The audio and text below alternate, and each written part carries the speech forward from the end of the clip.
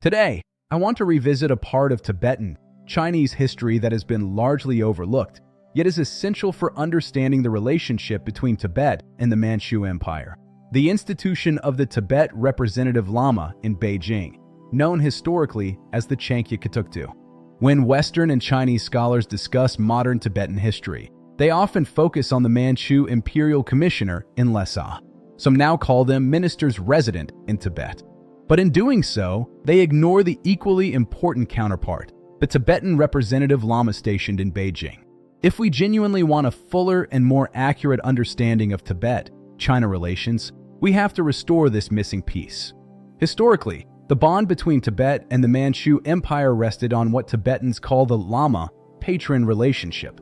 Religiously, the Manchu emperors were patrons spiritually protected by Tibetan Buddhism. Militarily, Tibet was under the protection of the Manchu Empire. It was, at its core, a relationship of mutual protection, not subordination.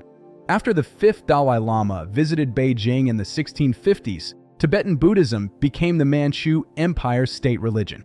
At Emperor Kangxi's request, the fifth Dalai Lama appointed the second Chankya Katuktu as Tibet's representative in Beijing. From then until 1911, 7 reincarnations of the Chankya line served continuously as imperial preceptors, spiritual guides to the Manchu emperors and custodians of the Manchu Empire's Buddhist legitimacy. This isn't a minor footnote. In China, the emperor was revered as an embodiment of Manjusri, the bodhisattva of wisdom.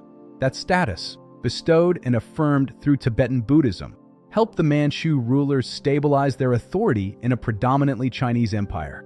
Meanwhile, political turmoil in Tibet during the 17th and 18th centuries, involving the regent Sengi Gyatso, Lezang Khan, and the Dzungar invasion, pulled the Manchu Empire deeper into Tibetan affairs, culminating in the Manchu military escort of the 7th Dalai Lama to Lhasa in 1720 and the later establishment of imperial commissioners.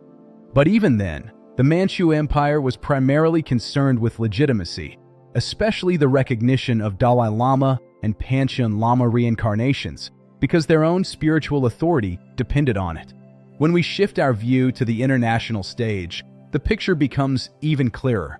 In the late 19th century, Britain repeatedly attempted to enter Tibet through treaties signed only with the Manchu Empire. Tibet rejected those agreements, and British attempts failed, until the 1904 Young Husband invasion.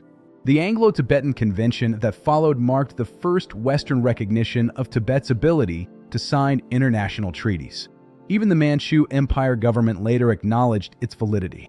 Finally, when the Manchu Empire fell in 1911, Tibet and Mongolia jointly declared in 1913 that both nations had regained independence from the Qing.